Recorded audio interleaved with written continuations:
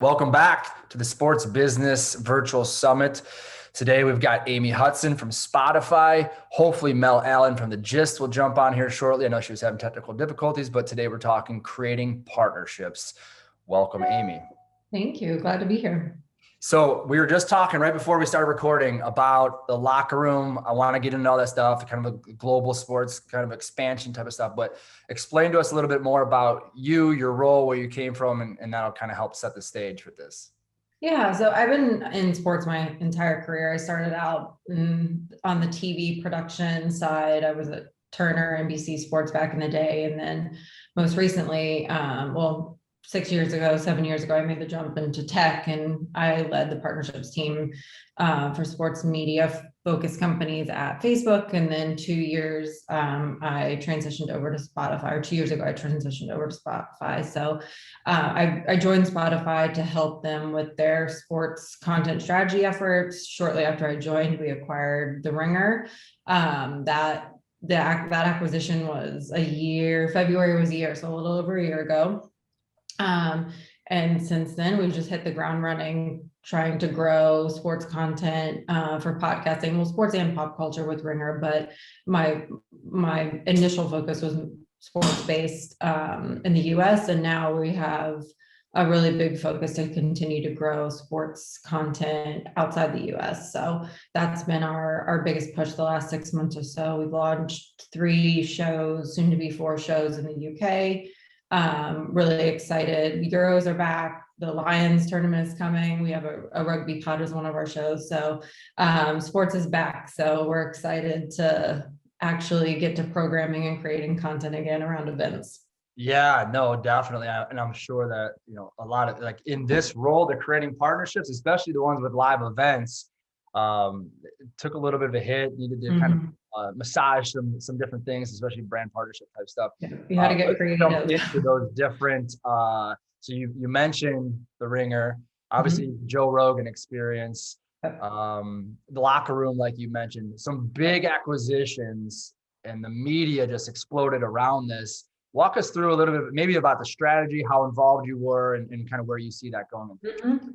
So I will kind of maybe step back. So Spotify really made the announcement that they wanted to get into podcasting and branch out of just being a music platform and being a true audio, platform. And the biggest audio platform in the world is essentially what our goal is to be.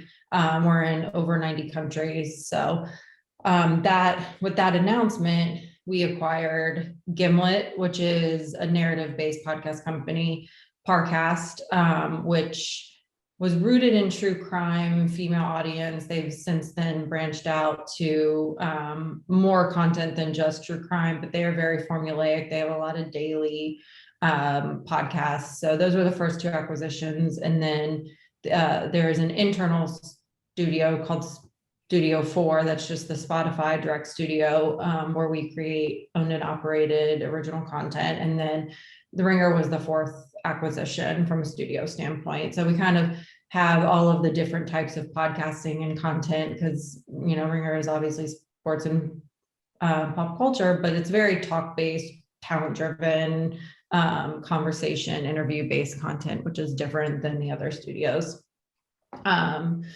So that was kind of the foundation, I say, was set with that. And then the other component, obviously, to audio is live. Clubhouse really, took off. I think blew up. Yeah, took off is probably a light word. Yeah. But I think the pandemic helped that. Like, people were able to get creative and how to get creative and find new ways to connect. And people were home, so that everyone was able to do that. So with that, Spotify obviously realized, live was important. So that's just our next initiative into having a full, audio offering. So that announcement, we announced that acquisition, I think 2 or 3 months ago. And I think we're launching tentatively, I think it's next week. Obviously, product launches always shift and change, but we're really excited about that effort as well around in programming for live is obviously very important when it comes to sports. And locker room was more rooted in sports than I think Clubhouse is. Clubhouse, I would say, is more of an industry live, and locker room is more content based, event based reaction to, you know, big moments. So Yeah, that's how we'll continue programming it. I think Clubhouse is also it's kind of like Twitter, like it's who you follow, who's in that ecosystem. So then it started with like all the venture capitalists who had invested were like, I'm just going to go on to Clubhouse and talk, right? I see Mel has just joined the group here. I'm going to bring her in, but I do want to hear more about, go here.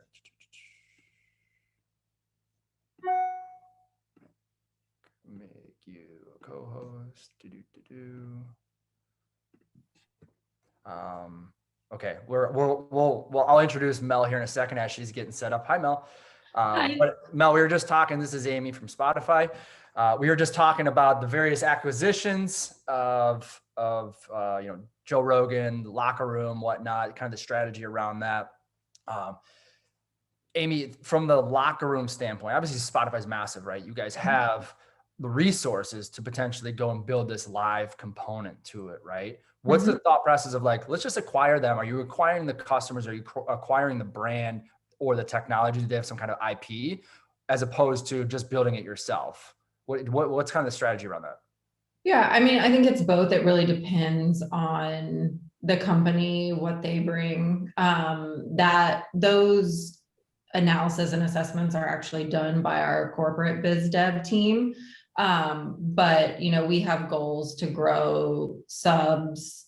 And sometimes you look, I mean, this is true for any tech company or any, you know, you look at the talent that a company has to weigh, you know, is that more valuable and easy to just acquire, or is it going to be more expensive to hire and build ourselves? So with everything that we've done, that's kind of the balance that you have to ask, which is, you know, a very basic question, but one that is important. And I think everyone kind of operates that way when you're talking about acquisitions and growth.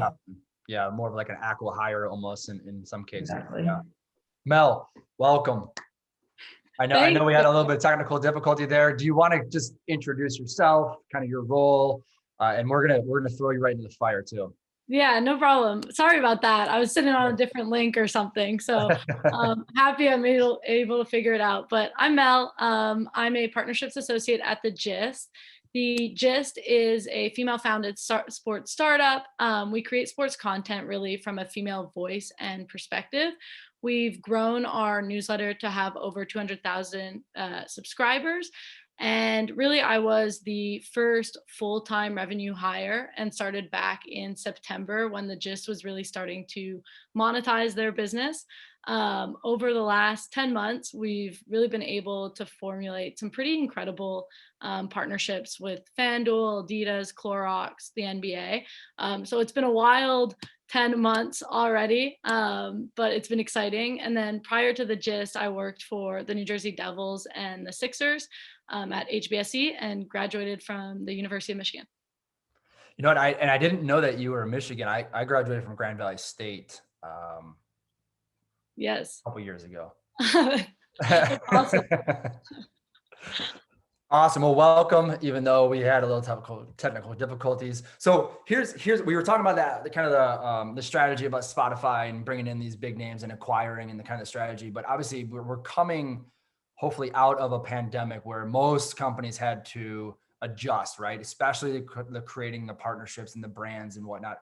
And especially if you were a part of events, right? Talk to me a little bit about, and Mel, we'll start with you. We'll give you the floor here first. The strategy coming out of, because digital was for the most part uplifted, right? Everyone's at home, everyone's on their phones, everyone's watching TV. Obviously your subscriber count exploded. You can talk a little bit about that, but what's the strategy in a post-pandemic era? Yeah, so I would say that first of all, we saw like an exceptional trend over the last year with women's sports in general, right? The pandemic allowed, like you were saying, for more eyeballs to be glued to TVs and phones, which kind of further expose the inequities in sports in general. You know, you see Sedona Prince with her TikTok videos going viral, whatnot. At the same time, it really allowed for more growth and exposure of female athletes, and continue to prove really that the more we cover female athletes, more we cover female sports, people are going to watch it. And so when we take a look at the NWSL, for example, and the WNBA, both grew exceptionally. I believe the NWSL, like over almost 490%, and the WNBA viewership grew around 68%. Also, their engagement rates were higher than on Twitter than in, the 5 men's major sports leagues in North America. So what we're seeing really is that while this industry is growing, it's creating this really passionate fan and a new fandom base. And so it's starting to get, sponsorship dollars and investments.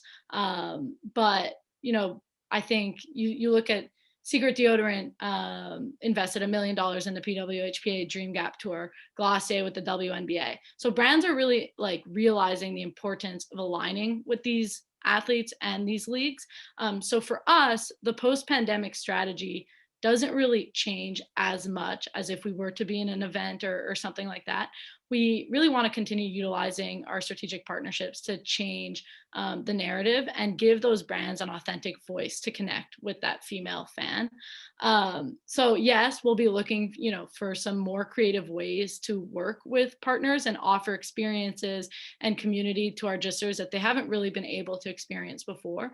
But at the same time, we recognize the importance of our media coverage and the importance of continuing to encourage brands to buy into that story, and allow the gist to really, tell that story. So I think it really, the last year demonstrates that there's a demand for a new and refreshing voice in sports news, and that really there's an opportunity for the whole industry to grow when sports content is inclusive and accessible and like equal in its coverage. So we're starting, our partners are starting to recognize the need to diversify their following, and really they're utilizing GIST as kind of a gateway to accessing and earning the trust of that female fan. So like I said before, really, we're not doing a huge shift. You will see some more, community building events, but I think really leaning into the growth we've seen over the last year will be important for us.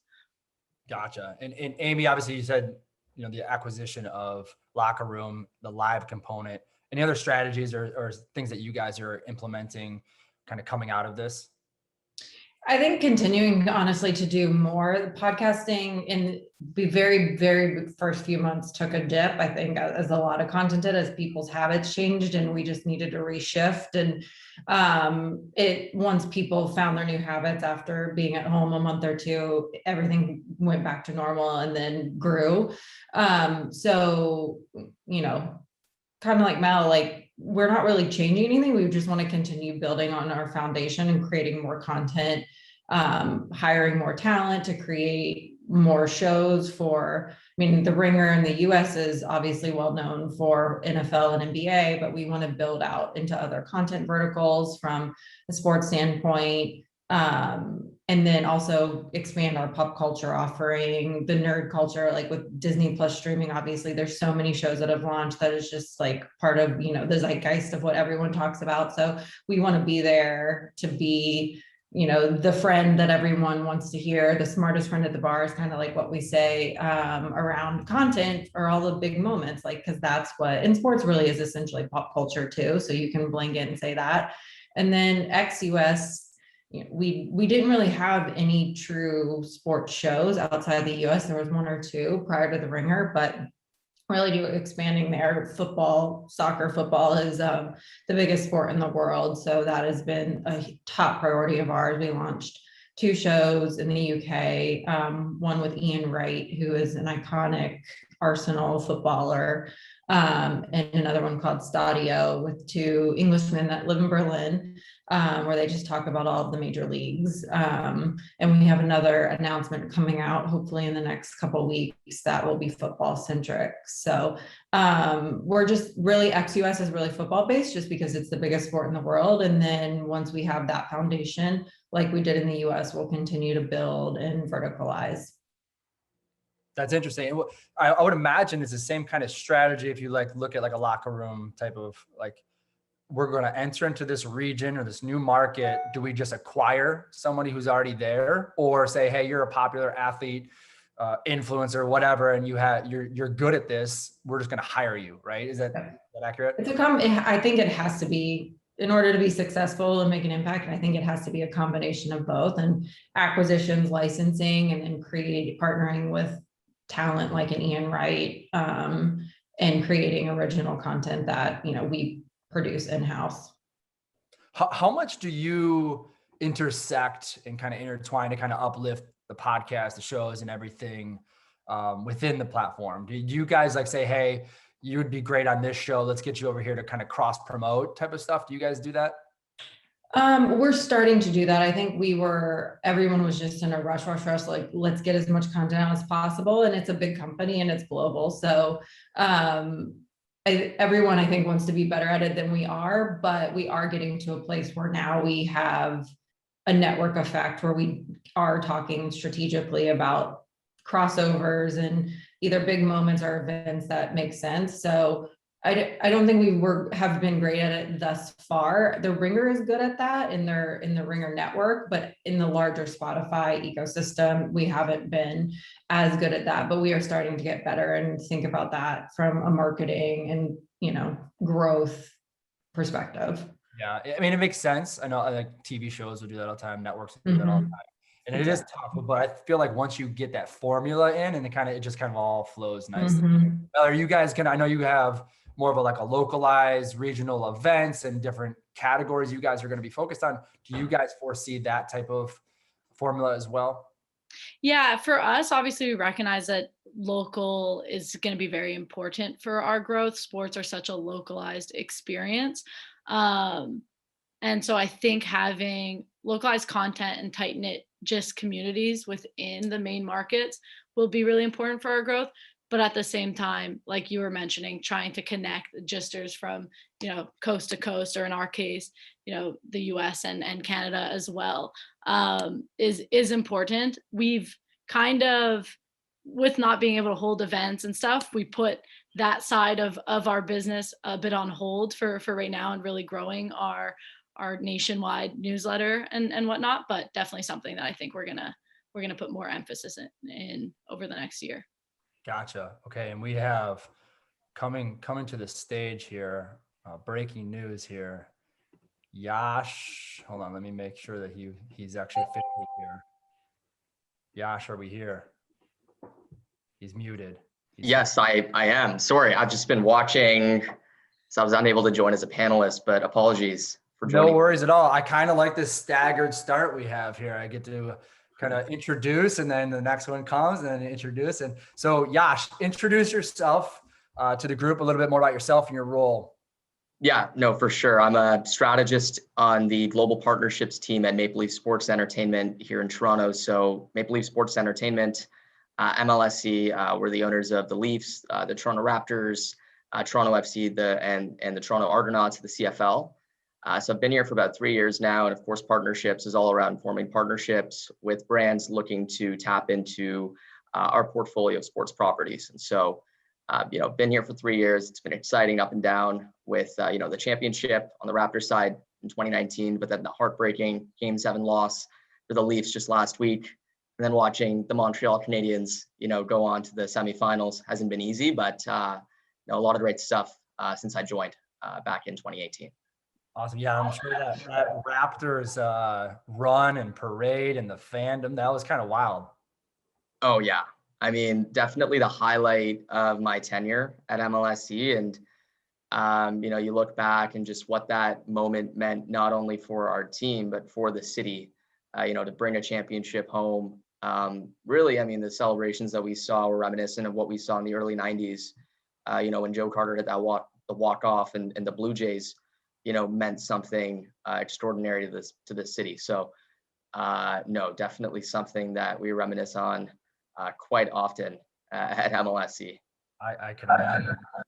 Even I follow Ariel Helwani, who's on ESPN, and he's big in MMA, but he's from Toronto. He talks about it all the time. Like that was like his highlight of his life. So I hear about it, and sometimes I actually get excited. So Yash, we are talking to Amy from Spotify. I don't know where they are on your guys' screen. Amy from Spotify, yep. Mel from the Gist, more of a digital component to it. You obviously have your live events that were shut down for about 12 months. talk to us a little bit about your brand partners, how you dealt with that, how you dealt with the fan engagement, how you dealt with even talking, because a lot of brands kind of held on to their money for a second. Can you walk us through that? Yeah, no, for sure. I mean, it was interesting because we were at the start of COVID, we were trying to balance, this revenue retention exercise for ourselves because, our business was bleeding, losing a great deal of ticketing revenue, but then also trying to balance that need to retain revenue with the needs of our partners because even their businesses were suffering as well. And so, it was important for us to be cognizant of both sides, but then also to make sure that whatever we were going back to our partners with had value, had, given the fact that we wouldn't be able to activate, within our venues or physically on the ground outside our arena in Maple Leaf Square, for example, in Jurassic Park, the space that we call. So, one thing that we did was we figured out very quickly that we need to leverage our digital channels in a meaningful way. And there was one pivot, and I'll give an example. Our team apps have become this hub for fandom for our partners to really, tap into. And so when we developed our team apps about, a few years ago, we knew that we wouldn't be able to compete with the ESPNs, TSN, Sportsnets of the world in terms of providing our fans with authentic editorial content that, they'd visit our app for, because, the Score and all these other apps do a great job. But what we understood was this app can be a hub for our partners to have some tremendous activations in there that reward fandom through contesting, gamification, other interesting tactics. And we can drive our fans there and add value that way. And so really the app became a big focal point. And so what we began to do is just figure out more ways to activate within that app, even while our teams weren't playing. And one thing that we developed was we just looked at our gamification capabilities, and we hired a few people in-house that were actually responsible for developing 8-bit games. And we started actually having, what we called MLSE Arcade, a capability within our app, and started creating these really robust games that incorporated our partners and that really allowed our fans to interact with our brand, and just having these games be a part of our app. So that was just one tactic, but really finding ways to add value and drive our fans there until play returned, and then use that as a complementary tool once the game started again. Gotcha. So more of like the stay engaged.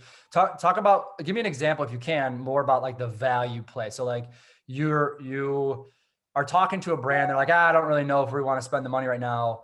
And then you present this like, hey, we have this app, we can potentially do something in real time. Like, do you have any examples that you did on the fly during the pandemic?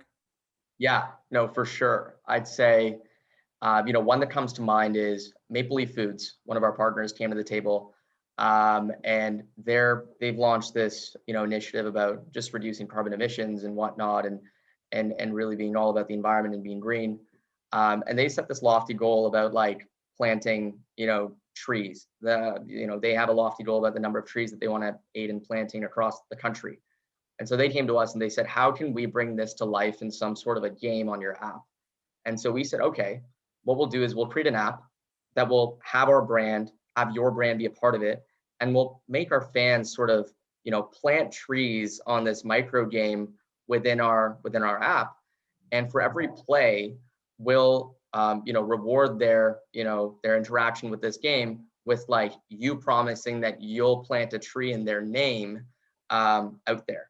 And so that was, a program that we ran in our app that tied very well with an objective of theirs that wasn't necessarily a marketing objective. It was a CSR objective of theirs as well, but then also tied authentically with what we were doing. And, they were very much open to committing dollars to make that happen, because it meant a lot more for them to do it with us as partners than it would have meant for them to do something in isolation in the marketplace. So that was just one example of us, figuring out a way. Yeah. How long did that take you from concept to actually launching that product? Yeah, I mean, so I wasn't as close to it as, a couple other members on my team, but I would say, the actual build of the game took about 4 to 6 weeks. Okay. And then, figuring out the actual plan, getting briefed in, going back and forth was a couple months. So all in, I'd say about 3 months.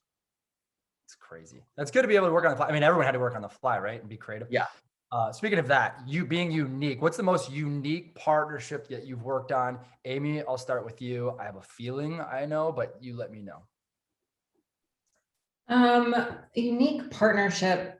Actually, I would say we have a larger partnership through our global marketing team that we did with Riot Games around League of Legends. And that one was actually it's still ongoing, but it was a pretty big initiative for the company as a whole. Gaming in general is a big initiative. Esports and gaming is obviously a massive industry, but it was one of the first fully global marketing deals that the Spotify marketing team had done that had multiple components to it, not just like a marketing share of broadcast awareness for Spotify and then us promoting their content on platform. Like we have an original podcast that we are producing in partnership with Riot. It's a 3-year partnership too. So it's a long-term. There's new products that are involved in this that we've created with our product team. So it really hits like every component of our company. So I would say that's probably the most unique, just because it was kind of one of its first of its kind for Spotify. I have seen that, and that is the one I saw. Ding, ding, ding. Oh, good. So it's a 3-year partnership. How long does it take you from first meeting to finalizing that partnership? So that's the marketing team really is the one that led this, and they're the ones that have that relationship with League of Legends and Riot.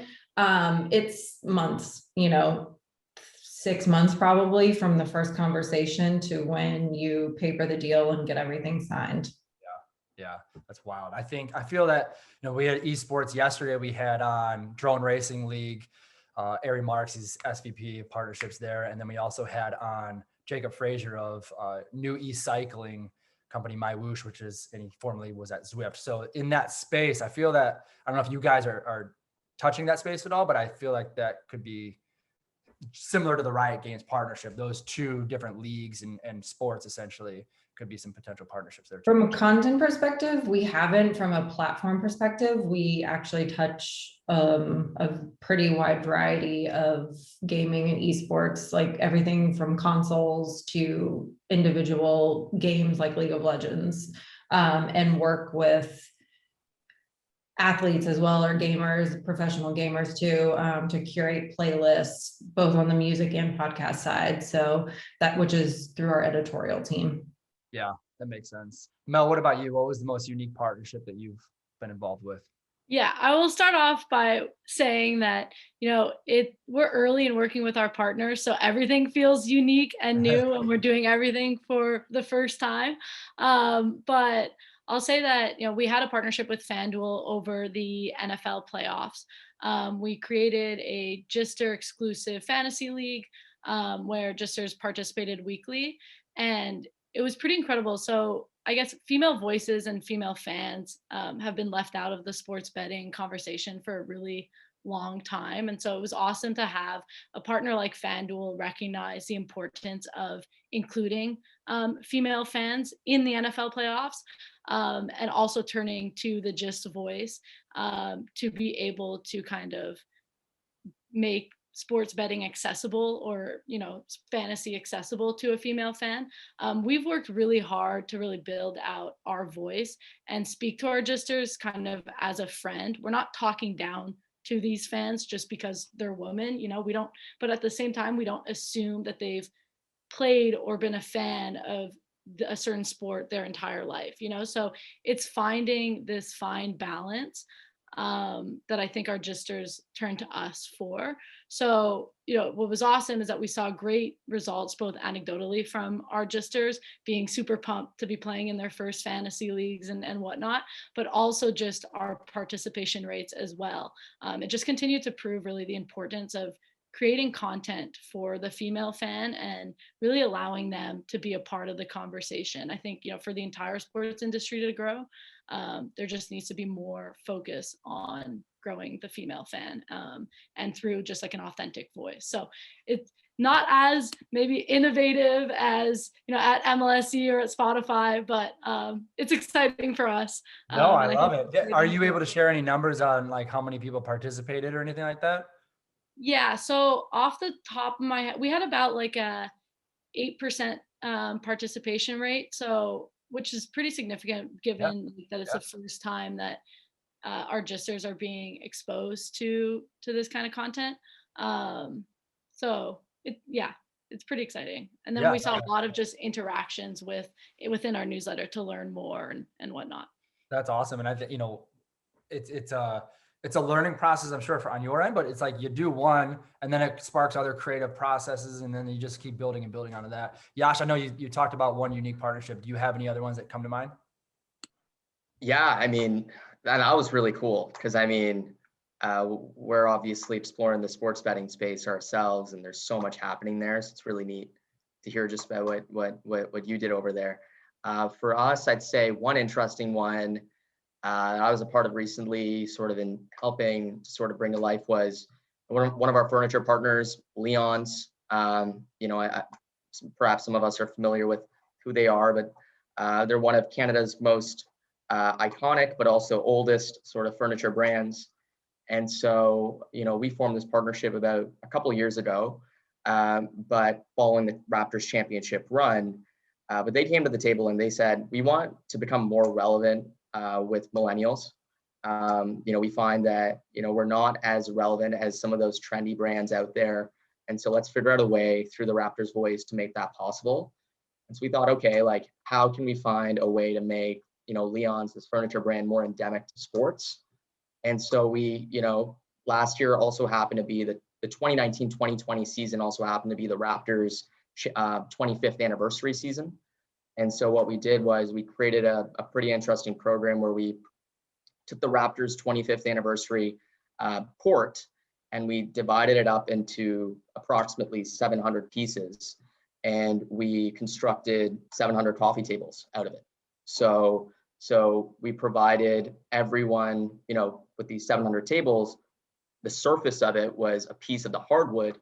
And then we worked with Leon's to actually contest those coffee tables out. So with sports memorabilia becoming more and more of a talking point for millennials, and just people wanting to own a piece of history being such a big part of the conversation today, just our ability to do that was amazing, and the brand like Leon's was awesome. And so we brought that to life actually in January of 2021. So the plan was, take the court from last season, bring it to life this season. And we launched some pretty interesting content, behind the scenes content of us pulling that court out, constructing the tables. And then, Leon's ran a contest on their channel to contest out approximately 600 of the tables. We ran a couple contests on our channels to contest out approximately 50 of the tables. And there were two extensions of the program that we did outside of the content. One was an AR-based activation that allowed our fans to actually imagine what the table would look like in their family room. So use our Raptors app and insert the table in their family room, which was really cool. And then a second one, which was an 8-bit game that allowed our fans to actually like stack tables on top of one another. So it was like a stack game. And if you stacked a certain number of tables, you were entered into winning one of these coffee tables. And so just the pickup was awesome. I think it drove well over 40,000 opt-ins for Leon's as well, which was tremendous, exceeded their benchmarks, and then did a lot of great stuff on our channels as well. So one of the programs that I was proud to be a part of, but a very small part of a large team that was involved in bringing that to life. Yeah, no, I saw that's really cool. I also saw recently, was it the Stanley Cup Molson partnership? Did you guys see this? Stanley Cup. So Molson, how did it's something like the way that the beer was processed has touched the Stanley Cup, and then they bottled a limited edition, and then they sold those. They just came out with it like last week or 2 weeks ago, but similar to what you're talking about is like having a piece of history. We actually have an NFTs talk next, right after this. So it's all sports memorabilia. It's all limited editions, all rareable type stuff that could be sellable and kind of in that partnership world. Right. That's really cool. I'm going to Google that. Right. Yeah, do it. It looks cool. Like I'm I'm not a big Molson guy myself. And truthfully, I'm not a big hockey guy, but I would buy it just to have it. Oh, big time, 100%. Yeah. So talk to me about like, what are technologies, products, services that are out there that you guys utilize to maybe find the best brand fit or find the best outreach for these brands to provide value? Or is there something that you think could or should be created that would help make your guys' lives a little bit easier? Mel, I'll start with you. I'm laughing because, we're really into data analytics at the Gist. It's really important for our growth, but we're also a lean startup. And so we're definitely not at the cutting edge of utilizing technologies. We really use as many existing tools as possible. Google Sheets is our life. But I will say that if there was a technology, and I'm sure it's out there, that gave me kind of just a who's who in the industry, what agencies represent what brands, whatnot, that would allow me to really streamline my prospecting process and be able to be connected with people in the industry more easily. It would be a game changer for us, and I'm sure it exists. But yeah, for us, it's really, in partnerships, and my role is building those relationships with brands. And I think if there was an ability to streamline that process, it would be great. Awesome. And maybe that's something we could build here too. I actually second that. That's what I was going to say too, because we have a lot of data at our fingertips, and obviously being a larger company, but the thing that happens in my world and for my teams is a lot of times you're working with talent, or you're trying to find who reps who or what agency, and it's a lot of times it's hard to find, or you just have to ask 10 people before you find the right person. So I support the one-stop shop for finding who owns and who represents what brands and talent.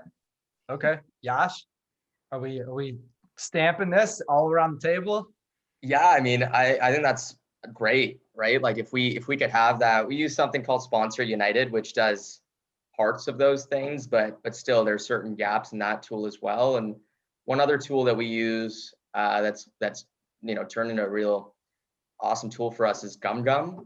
I'm not sure if the others on this call use it, but pretty much what it does is it just allows us to analyze the media value of some of our assets, the brand assets that we have out there, to just justify to our partners, your brand appeared in this many touch points that touched our team X number of times, and this is how many impressions it generated and what the media value of those impressions were. And it's interesting because we're going through like an end of season recap process right now with all of our partners. And one of our partners made a point last week where they asked us, broadcast numbers, on one of our properties were down this year, but somehow our GumGum numbers were in line with what they were last year. And so they asked us, like, if we're getting less impressions on broadcast, like, how is that possible that media values is consistent with what it was last year and the impressions are as well? We were like, well, we're doing so much more in the digital space that GumGum analyzes what's going on Facebook, Instagram, Twitter, all those social platforms as well. And so the delta from like a lack of broadcast impressions is being made up for an increase in your social media impressions. And so next year, hopefully when our broadcast numbers go back up and we complement what we're doing with more, social stuff, this number is going to continue to rise. So don't worry. So just that tool has been super, super awesome for us. That's cool. And I've just decided right now that we are going to have some type of virtual summit that's going to be geared towards exactly what we're talking about. And I have my first 3 invitations that'll be sent out. I'll probably I'm not joking. And I think we'll probably, because most of the brands, when they start scheduling in October, November for the following year. So we'll do this right around that time frame in the fall. I'll get it all set up. I'll lean on you 3 for advice on what you want to see, and then we'll put it together and hopefully make people's lives a little bit easier. That'd be great. So last question before I get you guys out of here, advice, right? So this is I believe is networking is going to be the most important thing, especially in a role like this, right? We need to know everybody.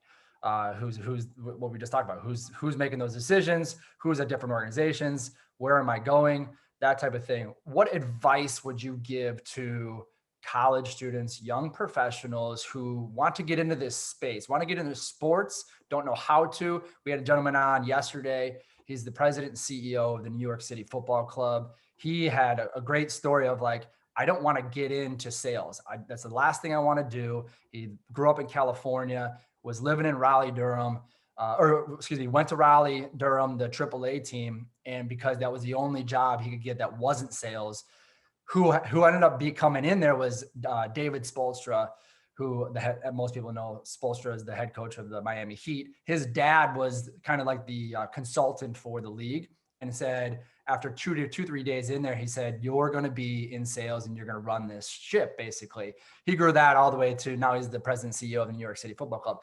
The reason I say that is networking and sales, being able to put yourself out there. But is there any advice that you would give to anybody who wants to get into sports, wants to get into a role like this? Amy, I'll start with you. Yes, I second the networking and sales piece. I think the other thing is knowing the industry and reading, especially from a partnerships role.